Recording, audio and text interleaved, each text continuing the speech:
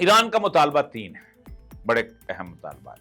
ایک تو یہ ہے کہ وہ چاہتا یہ ہے کہ اس کو ان تمام سینکشنز اٹھا لی جائیں، اور آج اس نے کہا بھی ہے ہم چاہتے ہیں کہ ایران ایک انڈیپینڈنٹ، ایک شاندار ملک کے طور پہ، وینس نے کہا ہے ایک آزاد ملک کے طور پہ دنیا کے اندر ہماری خواہش ہے کہ وہ اکنامکلی تھرل کرے گا جی، تھرائیو کر رہا ہوگا، ڈرائیو کر رہا ملک۔ اچھا، ایک تو یہ ہے کہ وہ، اور دوسری یہ ہے تو یہ چیزیں پہلے ایگری کی ہوئی ہیں۔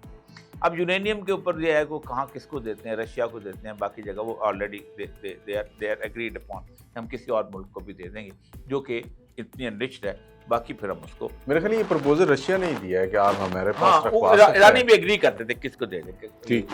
دربار جس کے پاس یورینیم کے مختلف قسم کے وہ ہیں، اپنا پلانٹس ہیں اپنا اس کے بجلی پیدا کرنے، وہی لے گا نا اس کو۔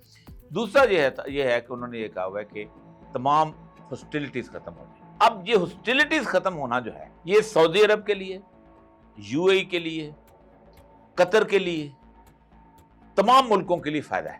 نقصان کس کے لیے ہے؟ اسرائیل کے لیے۔ تو ہاسٹیلٹی ختم ہوگی تو حماس کے ساتھ ختم ہوگی، ہاسٹیلٹی ختم ہوگی تو حوثیوں کے ساتھ ختم ہوگی، ہاسٹیلٹی ختم ہوگی تو لیبنان میں اس کے ساتھ ختم ہوگی، حزب اللہ کے ساتھ۔ اب یہ ختم ہوگی تو یہ تو فائدے میں رہیں گے یہ لوگ ہیں، لیکن ان ہاسٹیلٹیز کو ختم کیسے کیا جا سکتا ہے، یہ سب سے اہم بات ہے۔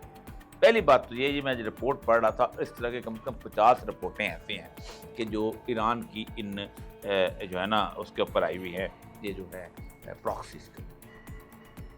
ایران جو ہے اس نے پراکسیز بناتے ہوئے آج 30 سال، اچھا، اور یہ پراکسیز شروع ہوئی تھی حزب اللہ سے، اور پھر اس پر انصار اللہ جو ہے یمن کی تھی، اور پھر اس کے بعد جب ایران عراق وار آئی ہے تو اس کے اندر پھر انہوں نے جیشے کیا نام تھا اس کا، لوائے عباس، پھر لوائے عباس تو لوکل تھی، پھر ایک اور تھی، پھر اس کے بعد انہوں نے زینبیون، فاطمیون، پھر اس کے بعد اس طرح بے شمار انہوں نے یہ بنائی تھی۔ ایران کے لیے بہت بڑا چیلنج یہ ہوگا کہ اگر اسرائیل یہ کہتا ہے کہ ہم اپنی جنگ بند کر دیتے ہیں تو ایران بھی بند کر دے سب کچھ، تو دونوں بند کرنے پڑیں گے۔ تو نقصان کس کا ہوگا؟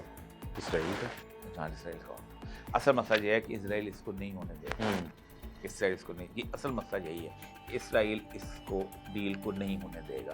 اور دوسری بات یہ ہے کہ صرف فائدہ اس میں ہوتا ہے عربوں کا، کسی اور کا فائدہ نہیں ہوتا اس تیسری شرط کے اندر۔ اب دیکھیں کہ اس کے اندر کیا صورتحال نکلتی ہے، اور میرا خیال ہے کہ اگر اسرائیل نہیں ہونے دے گا تو عرب جو ہیں وہ اسرائیل کو چھوڑ چھاڑ دیں گے۔